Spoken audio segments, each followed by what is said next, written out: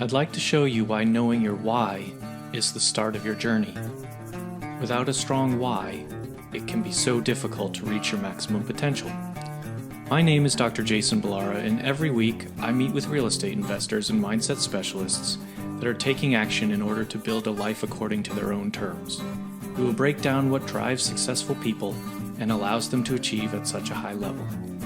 If you are a professional wanting to break through, or simply someone that wants to hear an inspiring story, the Know Your Why podcast is made for you. Hi everyone, I'm Jason Balara, and this is the Know Your Why podcast. Today I'm here with Mark Willis. Mark is a certified financial planner, a 3-time #1 best-selling author, and the owner of Lake Growth Financial Services. Over the years, he's helped hundreds of clients take back control of their financial future, build businesses, and tax-proven financial solutions. Mark, I'm gonna stop there on the bio because I just want to say thank you, first of all, for coming on the show and taking the time out. I definitely do appreciate that. My pleasure. Thank you. And I would love it if you would just kind of give the listeners your background, where you came from, how you got to where you are now, and then we sort of talked about some of the things we may touch on in the show, but really I want to start just by kind of introducing everyone to you. So why don't you go ahead and tell us your story? Glad to. Yeah, it's been my honor over the last over a decade now, working with clients all around the country, really all over the world, helping people in like real estate investors, business owners, even NFL Super Bowl champions. But Jason, most of the people I work with are just regular folks who want some more control over their finances. They want some more agency, certainty, assurance that their goals are going to actually be met. And we've seen over the last year or so that very few things are guaranteed in the financial world. In fact, I heard the other day someone in a very high profile literate person saying, hey, there's just nowhere to hide. You just have to accept that you're going to lose money. And I just didn't like that idea. I didn't like this idea that we're sort of tennis balls floating down the gutter of life and we just can't really do much about it, and just accept your bruises, accept your beatings, and just carry on. No, I believe that, and I intend to talk with you some today about certain ways that we can influence our financial environment, that we can swim upstream and take back control of our future. So that's what I get the privilege of working with clients on all day long. And that's been my journey as well, taking back some more control of our finances. Awesome. Yeah, I think, and we'll get into it too, but I think there's maybe two perspectives as far as that comment goes, is where you're gonna have to accept that you're gonna lose some money. And I think that there's sort of accepting that you're gonna lose some money if you're trying to do things in business and invest, try to.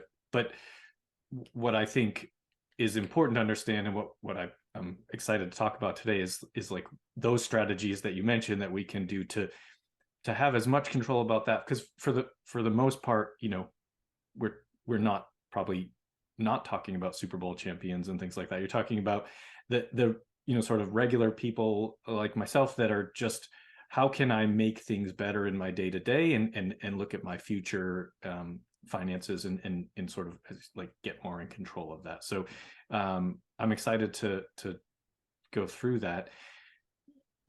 So you started, what was your start in as becoming a financial planner? What was the motivation behind that?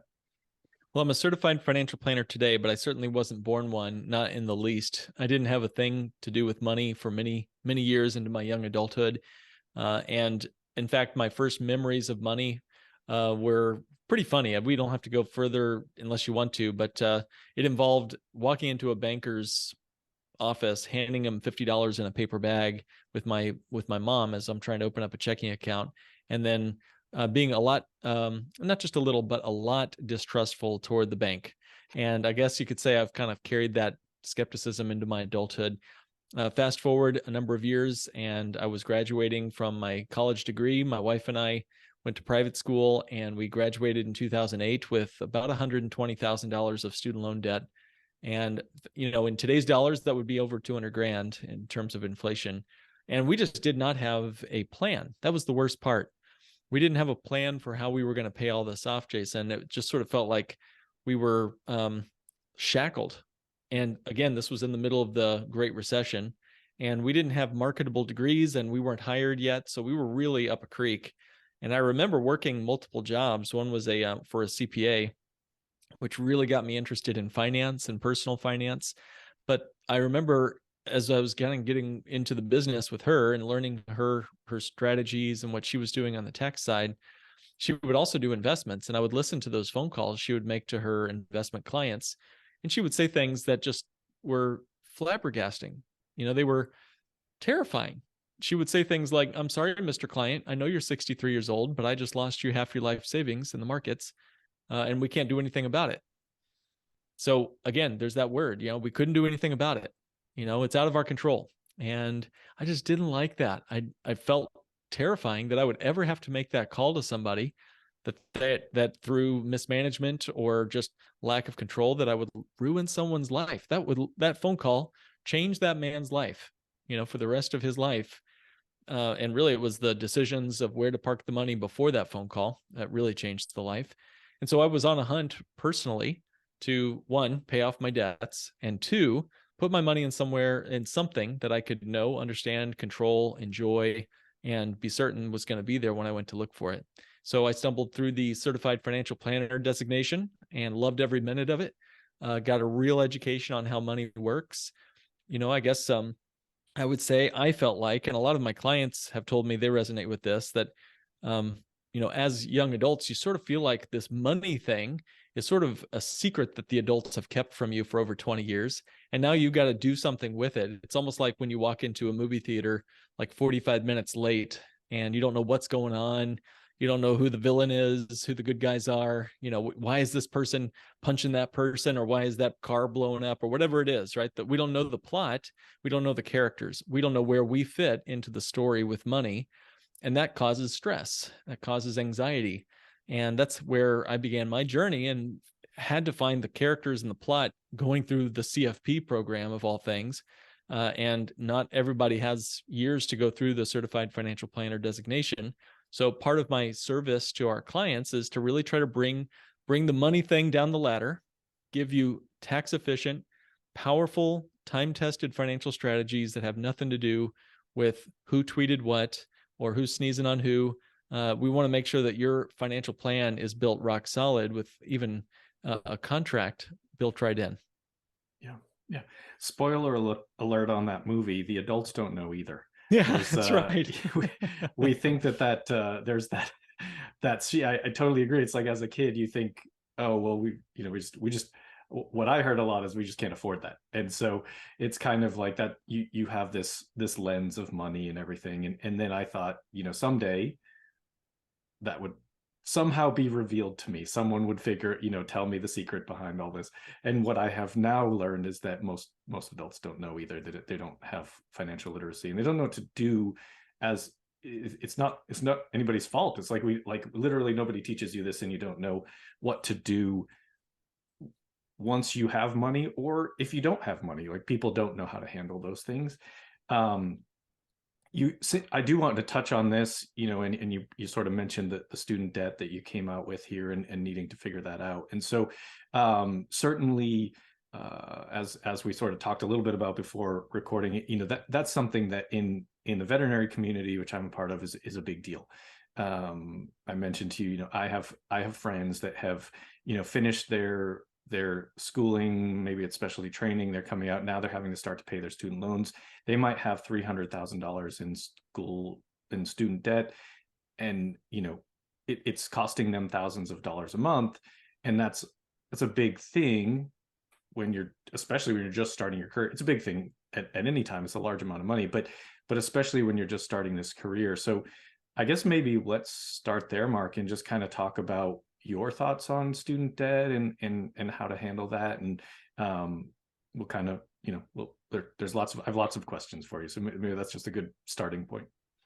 Well, yes. And I'll even give you a spoiler alert to the sequel as well, which is money managers don't know the characters in the play either. Mm-hmm. In fact, the vast majority of actively traded funds and even passive index funds underperform the prevailing market, even the ones that they're trying to say that they track. Yeah. And these are the people who are charging us fees to invest in their fund, and we still can't even keep up with the market.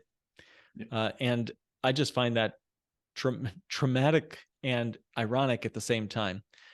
So yes, so on the Wall Street accumulation, speculation, investment side, we're being hoodwinked is a very simple way to say all that. And we can go further down that road. I mean, the Department of Labor says that the fees on your investment portfolio over a 35-year period will eat up 27% of your nest egg. That's almost a third of your life savings just gone to fees, just for the privilege of underperforming the market. In fact, Dalbar, which is a third-party research firm, they say that, again, over the last 30 years, which includes some pretty major bull markets, over the last 30 years, equity fund investors, all in on the stock market, did no better than 3.6%. 3.6%, Jason. Is that that's with or without terrible. the fees included? That's including the fees. So after fees, but it's before taxes. Sure. Yep. So you got to reduce that further if we're going to be talking about capital gains, or worse, an IRA or 401k. Why are we putting our money into something for all the risk and drama of the market for the last 30 years? Is it an acceptable rate of return to get 3.6? And folks say, well, I'm doing better than 3.6.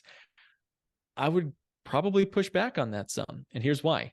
Your statement on your 401k might say you're getting 8%, 10%, whatever. One, that's a year to date, and 1 year does not equal 30 years. Right.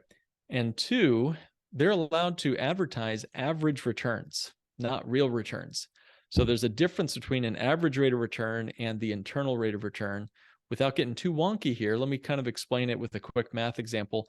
Then I'm going to go way back to your question, Jason, on student loans. But we got to finish this part first, man, because I'm on my soapbox and I'll get off quick. This is a soapbox I have stood on as well. In the sense of, if your financial planner is only putting your money in the stock market, you don't have a financial planner.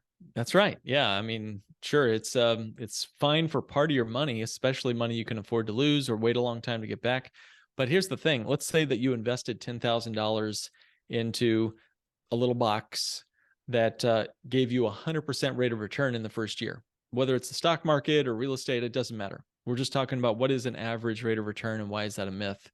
So again, they're allowed to advertise average returns on your 401ks and your IRAs and all that. So you put in 10 grand, it goes up 100%. That's 20 grand at the end of the year, right? Now we're starting with 20 grand. We go back to this little box that's given us this wonderful return. We put the 20 grand in and we lose half of our money, negative 50%. Ouch. Those years happen. We've seen it happen several times since the year 2000 even. So now we're 20 grand has cut down to 10,000 bucks. We started with 10, went up to 20, back down to 10. Jason, do you feel any wealthier after these 2 years? No. But our mutual fund is allowed to advertise that they gave you an average rate of return of 25%. Right. Yeah. Crazy, right? Yep. But you actually have a real return, internal rate of return, compound annual growth rate, whatever. You can look this up in various ways, but the real return was 0. I don't care what my average rate of return was. I cannot spend an average rate of return at the grocery store. Okay. I want what is my real increase of wealth, and not just paper changes. I want real wealth accumulation that cannot be taken away from me. That's real wealth.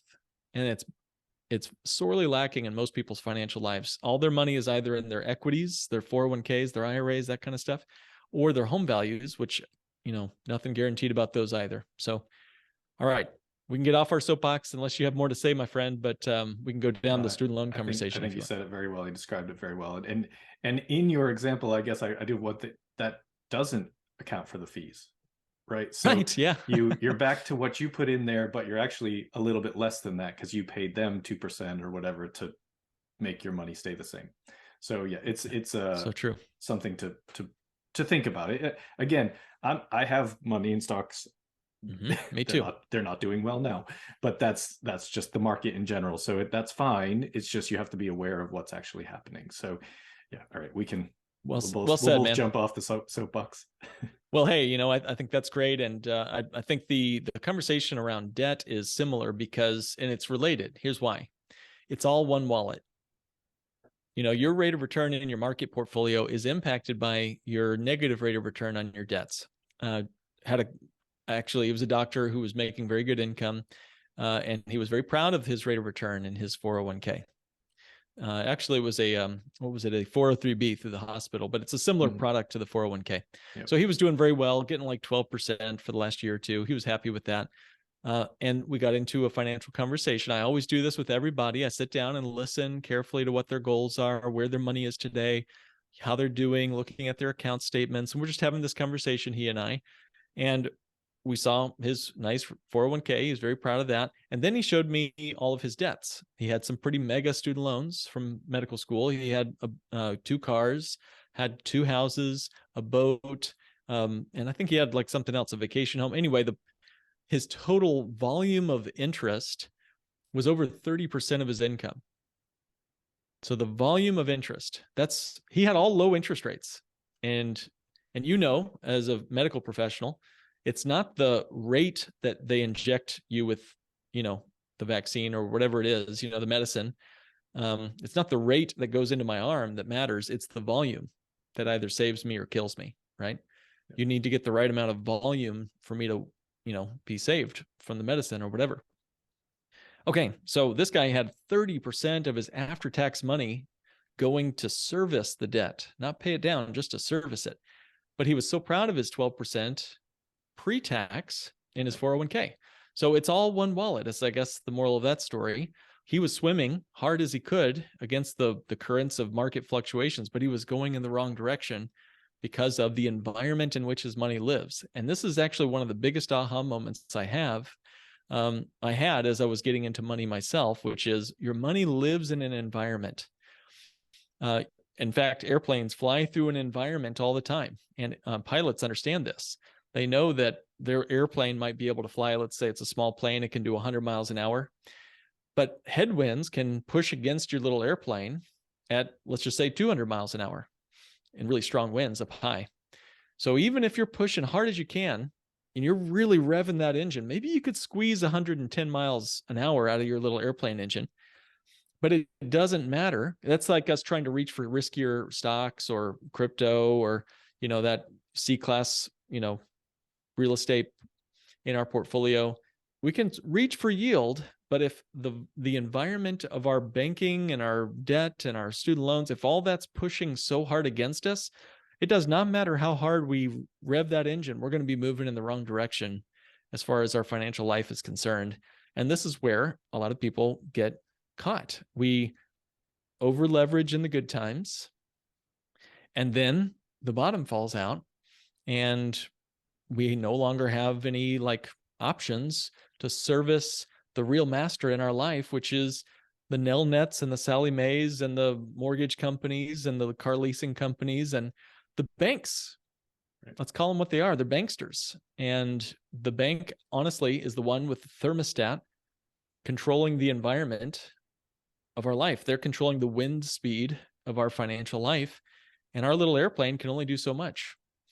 So we've got to find ways to either land our plane and stop that problem and wait it out, or the really good ones are able to find ways to turn that headwind of all that debt and interest and problems coming at you, turn that headwind into a tailwind.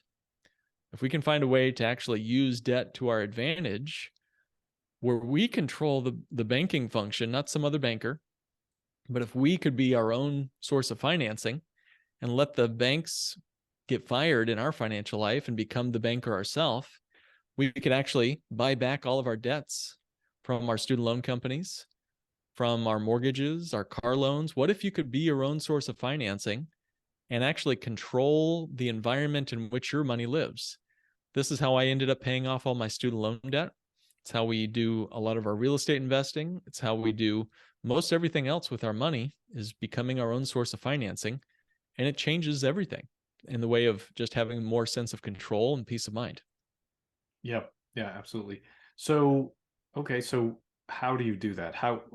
what steps would someone take who's, because it's true that, everything you pointed to with that doctor, that example, like lifestyle creep, people do it all the time. I talk to friends all the time, like especially since I've started really getting serious about investing, and I'm talking to them about investing even passively, and it's like, oh, they're like, yeah, that sounds like a great idea. I just bought another horse, or I just, we just bought a car, or whatever it is. And it's like, how do you what steps do you suggest people take? And I think people have to understand, like, there is going to be some level of short-term sacrifice to get your financial life kind of back on track. Sacrifice is probably the wrong word, because in reality, like, you don't, what we're talking about sacrificing is stuff, right? It's more stuff, and you can do without that for a little while to realize a comfortable life in the not too distant future. You just got to buckle down for a little couple of years. But I'm sort of throwing a lot of things out there, but let's start with just kind of how would you suggest someone do that? And obviously every case is going to be a little bit different. That's true. Yeah. And we again sit down and have a conversation first before we make any recommendations. So this is just you and me chatting, of course. But in our conversations with clients, we'd get down to the real particulars on exactly how. But there's tools that are practical, time tested, reasonable. We've been talking quite a bit of concept today. Concepts like rates of return and the problem of banking and airplanes. But let's bring it way down the ladder. What are some practical, tactical strategies that have been around for generations that real Americans, real Canadians, real people use to help them with their financial life? I've been impressed with, of all things, a little known variation of whole life insurance as a means of being our own banker. Again, part of my journey was, where do I put my money where it's going to go somewhere where I can do something with it, that I have access to it, that I can control it. That's what I wanted. I had a little wish list, actually. I said, I want my money to be safe. I want it to be accessible to me. I want it to have a good rate of return all the time, every year. I don't need it to be 30% a year. I just need it to be a good rate of return that was beating inflation and never wavered from that. I wanted it to be tax-free anytime I accessed the money. I wanted it to be private and off the radar of the IRS in my retirement years. I wanted it to be private and off the radar of people who might try to sue me for real estate. In the world of real estate investing, it's not a matter of if, it's a matter of when there's going to be that paper served. I hate to say it, but that's the honest truth. And I wanted it to be something that I could leverage for other reasons in my life. And I wanted it to be something I could leave my family when I passed away. I wanted to think long enough into the future that it was going to impact multiple generations. I agree with you, man. I think a lot of us, it's hard to kind of get over that initial buying of stuff. What's that Gloria Steinem quote? She says, rich people plan for 4 generations, but poor people plan for Saturday night. Yeah. So I wanted all those things. I wanted all the things that I just listed there. And as I was going through my CFP research, it was startling to me. It angered me, actually, that of all things in the financial world, dividend paying whole life insurance designed for cash accumulation, not commissions, but the cash value, did everything that I was looking for.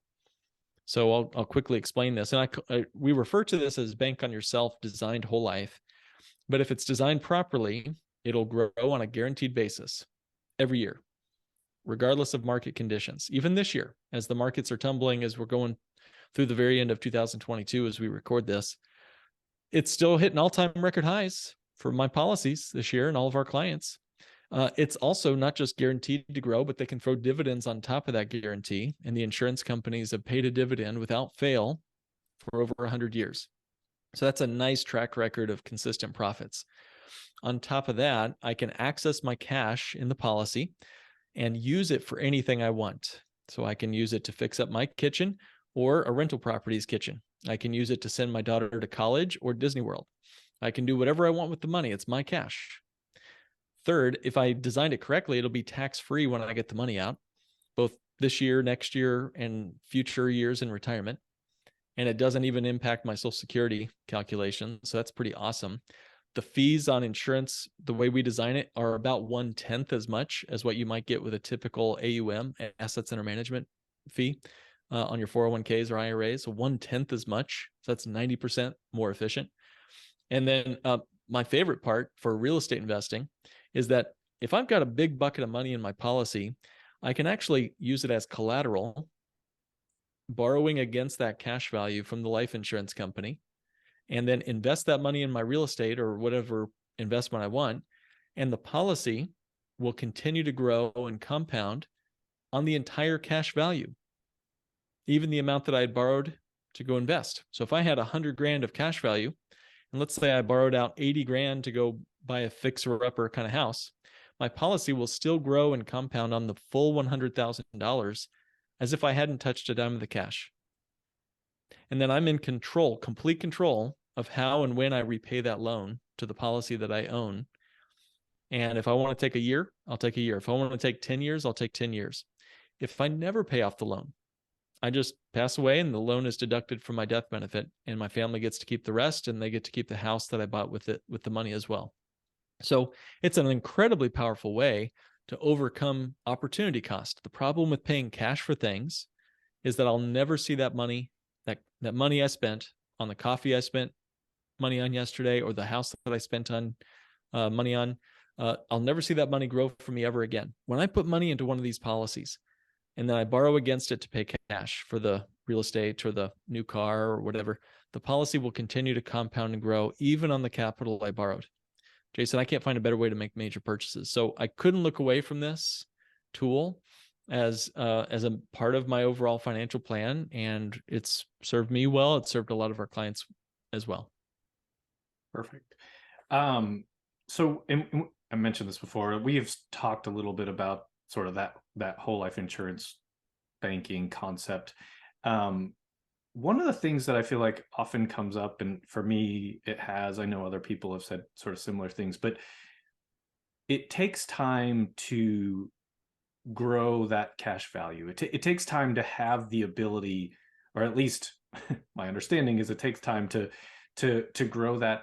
You know, like if I wanted to invest in a property next month, it's, as far as I know, not really possible for me to fund a whole life insurance policy and then immediately go and take that, you know, out and use it. But maybe I'm wrong. I generally kind of wondering what your thoughts are, or you know, kind of conceptually how that works and the timing. So just so people know, again, maybe I'm wrong, but maybe it might take a little time to build that value. Well, there's a reason why they call it your whole life policy. But no, you're actually speaking to one type of design of whole life insurance. Now, I personally believe I'm going to need money next year too. And 10 years from now, I'm going to need even more money. And 30 years from now, I'm going to need even more money. So I want my policy to become more and more efficient every year for the rest of my life. The policy is least efficient in its first few years. This is the exact opposite of my cars, which get worse and worse gas mileage the longer I keep them. This thing gets more and more efficient every year for the rest of my life. That doesn't happen in nature very often. So I love that my policy is most efficient the longer I keep it. In fact, most of my policies are like that. Now, I'll tell you a quick story. There was a 40-year-old. He had a large chunk of money. He had just sold a house. He put $400,000 into his whole life policy. That's how much he had. Now, you could dither with me on the numbers. You could cut a zero off that. You could add a zero onto that. But let's just kind of use that real example here for a minute. I'm looking at the numbers. So this is a guy, 40 years old, good health, decent health. And he puts in $400,000. And that is the only time he ever funds this policy. It's one shot. Drop it in, 400 grand, and it's fully funded.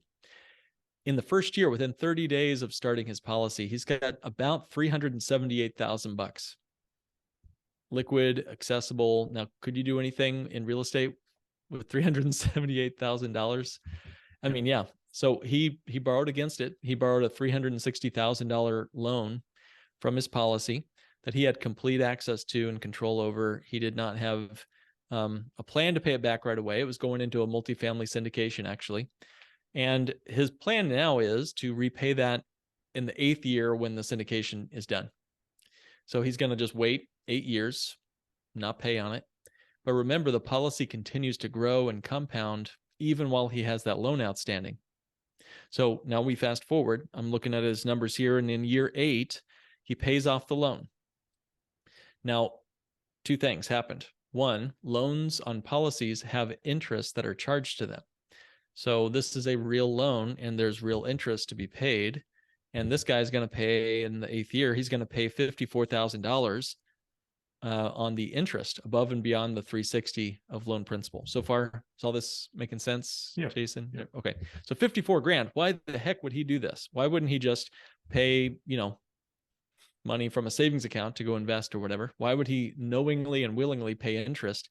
Now, by the way, that 54,000 spread out over the term of the loan is only 2.1% APR. So pretty good deal for accessing money, financing cash, that sort of thing. 2.1% annual percentage rate. But the real juice in this for me is that his policy growth, again, he didn't put a penny more into this policy. He dumped in the 400 grand, but the 400 grand grew to $507,000. Even though he had borrowed against it, almost all that money had been borrowed out. His 400 went up to 507,000 of cash value. Not to mention, he has a giant death benefit associated with that too. So 400 to 507 is $107,000 of gains. But he only paid 54,000 of interest to borrow the money. So this is a positive spread called arbitrage of 53,000 bucks roughly. That's a pretty good way to buy a piece of real estate, because his real estate was still doing what it was doing over here, giving him the tax advantages, the cash flow, the distributions. And meanwhile, his policy gave him a positive arbitrage of 53,000 bucks, more than, and if he had not borrowed the money out, it would have grown to 507,000 anyway. Right. Yeah, that's actually a great example in sort of explaining how it all works. And that's sort of one of the concepts, going back a little bit on student debt, or I guess you could say any debt, but basically finding the investment vehicle that allows you to, sort of do that arbitrage, essentially finding something that's going to pay you a higher rate of return than what you're actually paying in interest or whatever it is.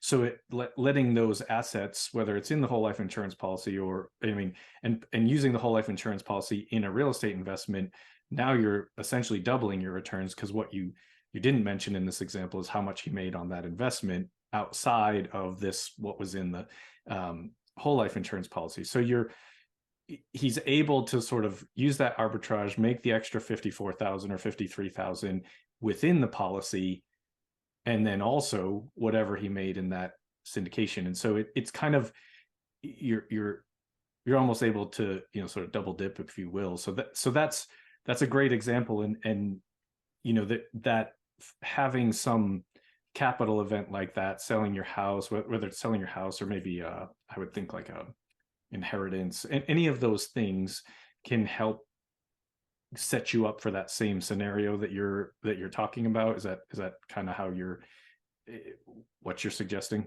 Yeah, a lot of folks, it's all sorts of things. Some people get an annual tax refund that they just squander at Best Buy, and they can put that into their policy instead. Other people, they get the bonus at the day job. Some people get that end of year, business distribution, for example. Other people, it's some brokerage money or some crypto that they sold. There's lots of things that they might do.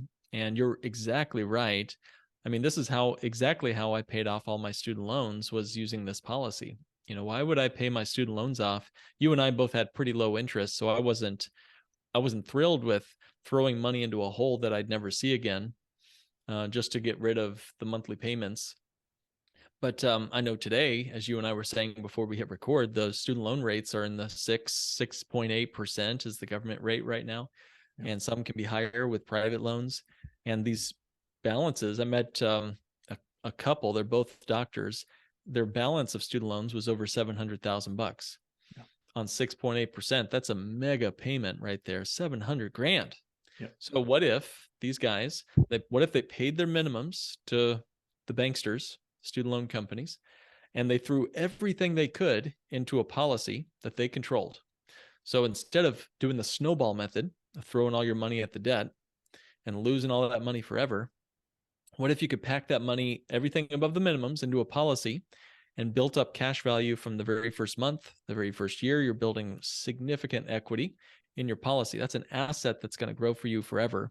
And then when your cash value reaches or equals your debt, you borrow against it one at a time to wipe out one of your debt accounts, your student loan accounts. We call this the debt snowbank method of paying off your debts.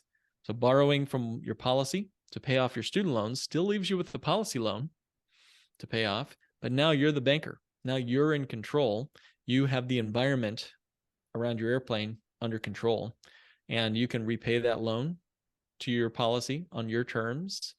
And meanwhile, the policy is still growing for your retirement, unlike maybe just paying the debts off the old-fashioned way, where you basically are saying sayonara, not just to the money you're giving to the student loans, which might be a couple $100 a month, but what could that couple $100 a month grow to had you had it invested instead? So the opportunity cost can be saved if you follow a better path to paying off your debts. I know you teach some great strategies on paying off debts as well. Yeah. And I think being able to kind of include the whole life insurance policy in that strategy, just again, it kind of supercharges the whole thing. But I just know, I know a lot of people in the veterinary community, they get out, they have these student loans, and they really kill themselves to work extra shifts, do all this stuff to pay off the student loans as fast as they can. But that's not really the most efficient use of their money. It's just, and that's, I think, exactly what we're talking about here is there are ways to make that, as you said, you pay the minimum and take all that extra money and get it into something that's actually going to benefit you both in terms of paying off that debt, but also in the long term, right? Like what if you finish paying off your student debt, and now, oh, by the way, also you have this big account or investment or whatever it is that continues to grow for the rest of your life. So it's just kind of realizing what options are available to you and the time value of money and where that all fits together. Beautiful. Yeah, I love it. Mark, let's this stuff is obviously very fascinating, and I think I want to say one more thing about kind of the financial planner thing that we touched on a little bit, and that someone not that's only putting you into stocks, and the stock market is not really creating a plan. That's what they know how to do. And because I do have a lot of people that'll, I talk to them about real estate investing, and again, I'm not telling people don't invest in stocks, but hey, here are other options for you, whether it's real estate directly through a whole life insurance policy, whatever it is. But someone like yourself as a certified financial planner, you are offering your clients all of the options that are available. You're talking about things from many different angles and tailoring it to them. But so many people, they get an account at Bank of America, Wells Fargo, whatever it is, and then someone calls them from the bank and they're like, "Hi, I'm a financial planner. I'd like to help you because it looks like you make some money." And they then put their trust in that person, and they're just not realizing that person's doing their job, but they're not necessarily doing what's best for you and providing you with a full picture of what's available. So that's kind of what why I'm really excited to have you on the show, and what I aim to do, I guess, in terms of just letting people know what's actually out there, because I didn't know. I'm learning right along as well. So I think all of this stuff is very valuable information. Well, thank you. And you're right. I think there is sort of you get the call, don't you? You get that call from the bank, and oh, wow, let me introduce you to my private client options and products, and let me give you a gold star for your great income that you've been putting into our bank accounts. What do you think they're doing with that money? It's not like they're not your teacher giving you that gold star. When you put money into that bank account, savings account, do they just marvel at what a great job you're doing? No, they don't. They loan that money out as fast as they can, and they keep virtually none of it on reserve in case you need it. It used to be 10%. Now, since COVID, the reserve requirements are 0%. So you put 10 grand into a bank account, they can loan 10 grand to the guy behind you in line. They can pay you 0.1% for your savings, and then they'll loan it to the guy behind you for 10% or 18% or whatever the rates are for credit cards these days. So that to me doesn't exactly thrill me or inspire me to go work with those guys, but they make you feel so good when you get that call. Oh, I'm the guy from the private client reserve, and okay, you're fine. someone very, very special to that bank. And it's like, That's no, you're right. someone that makes some money and they want to use your money for their benefit. So it's listen, we use banks, it's fine. Like this isn't to bash on that's right. other financial planners. It's not to bash on the banks specifically. This is like, these are people's jobs. They're a part of our lives, but it's just so that you can, the listener, what I want people to take from this is understanding there are options, and they might be confusing. For sure, they're confusing, and I'm understanding them because I do this podcast and I talk to people like yourself over and over again, and so it's becoming more and more clear. But the reality is that the information is out there, and there are people like Mark who can help you, kind of establish a plan for yourself. So, in interest of time and not keeping you on here all day long, Mark, let me switch gears. I want to get to the part of the show where I get to ask you the questions I ask every guest. And the first one is, of course, related to the name of the show being Know Your Why. But what is your why? What kind of motivates you to do what you do? I want to be the best example for my great grandchildren 100 years from now to say, wow, that's the guy that helped change the family tree. I think that'd be a lot of fun. And, I don't know if I could tell you my great grandparents' names without going through an old book or something. I want to know stories about them. I want to get to know them better. And so my why is to change that for my great grandchildren. I want them to know the journey, the story, the struggle, and the flaws in my life. Wouldn't that be cool? Wouldn't that be cool to be able to say, hey, there's that Mark guy on the family tree a long time ago. He changed our family from, a story of ignorance with money to a story of abundance, not just with money, but with all areas of life. Yeah, that's great. Yeah. Establishing a legacy of, changing your own family. And then I'm quite certain you're also changing other families for the better in terms of those same, financial literacy process. Oh, absolutely. It actually it's a ripple effect. The more you can pour into your own family and the way of values and trust, and the more it shows in the lives of your clients and those people you get to interact with, and friends too. Yeah, absolutely. Second question for you, Mark. Tell us something about yourself that isn't common knowledge, something special skill, a hobby, anything you're comfortable sharing that maybe lets people know you a little better. Well, that's a good question. I've always really loved long runs that get my head clear, and the power of like getting that runner's high, man, I'm telling you, there's something beautiful about that.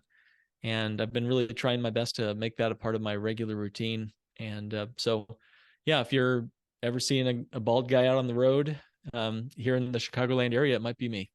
There you go. What's your what type of, do you have certain distances or something that you're shooting for? You're trying to run marathons, or what's your focus? No, I've always found that I usually have yet to commit to a full marathon. I'm more of a casual, get the head clear kind of runner, but it can be anywhere from 6 to 10 miles when I'm out there doing my thing. That's still impressive. We're part of the reason I asked is a friend of mine runs a lot. I used to run a lot. I used to do marathons, but I never actually enjoyed running distances. I was always in college, like high school and college, I was a sprinter. I like going fast. I don't necessarily like distance, but when you get old, then nobody really cares to have sprints for older guys. But a friend of mine runs a lot, and he wants to do, there's a half marathon in Yosemite. So I may have to get back to running a little bit so I can go do that with him, mostly just because I want to run through Yosemite. I think it'll be beautiful. That sounds beautiful. Yeah. Yeah. But if you can run 10 miles, you can run a half. That's without a doubt. Yeah, I've done a half before. It was the Bears, ended in the Chicago Bears Stadium. That was a lot of fun, but cool. I just never have made it like a thing to get to goals on distance, but yeah. I probably just don't have the right goal setting mindset for it. It's mostly just been a mental thing for me to get out there and clear the head. Yeah. I mean, I use exercise in general in the same way. So it's a way to clear your mind. When people hear this and they want to reach out to you, what's the best way? Well, if you want to have a quick conversation about anything you've heard today, if you're looking at your account statements this year and you're sick and tired of seeing the ugly surprises, I can help. You can reach me at kickstartwithmark.com. That's kickstartwithmark.com. And you'll find our podcast on there, Not Your Average Financial Podcast, and a way to get in touch with me through our calendar link. So that's kickstartwithmark.com. Awesome. Final question, Mark. What piece of advice, and I'll sort of tailor it to your profession, but piece of advice you would give to someone who they want to get their finances in order, they want to start to, kind of really get a little bit more financial literacy, what would you tell them to kind of point them in the right direction and get them started? Wow. Well, I'll say, don't let anyone else be your financial guru, not your investment guy or gal, not me even. You are your best financial planner. And the truth is, everybody else has a financial plan for your money. And I mean that, whether it's one of the major wirehouses or financial firms, or it's somebody like, Lexus or Gucci or whatever. They all have a plan. Apple, good night. They got a plan for your money. Yep. So you better have a plan for your own money. Their plan is working take it for them. That's right. Yeah, that's fine for them, but let's not let them retire on your money. So be your own investment guru, be your own financial guru, and realize that, opportunity is often missed most because it's dressed in overalls and looks like work. That's Thomas Edison. So just, put in the work a little bit at a time, 15 minutes of learning every day. That's why it's so cool that you're listening to Jason's podcast, and keep listening to it. Give him a 5-star review, for goodness sakes. He does a great job on this. But the main thing is just to continue to learn, continue to be your own best friend when it comes to protecting and growing your knowledge and your awareness of money. Yeah, it's fantastic advice, and so important. Something, your own finances. It's a thing that a lot of people just don't focus on. They're whatever it is, they're scared of it, they're nervous, they don't have time, whatever the reason is. But the reality is by not putting the focus there, you're costing yourself a lot of money. And I say that truly from personal experience. So yeah, guys, I appreciate you saying that, Mark. But really, it's great to if you listen to the podcast, like, rate, and review. It allows us to have more great guests like Mark. So Mark, thank you for coming on the show today. I appreciate your time. Thank you. Awesome. All right. Well, we will sign out. Have a great day, everyone. I'd like to show you why knowing your why is the start of your journey. Without a strong why, it can be so difficult to reach your maximum potential. My name is Dr. Jason Balara, and every week I meet with real estate investors and mindset specialists that are taking action in order to build a life according to their own terms. We will break down what drives successful people and allows them to achieve at such a high level. If you are a professional wanting to break through, or simply someone that wants to hear an inspiring story, the Know Your Why podcast is made for you.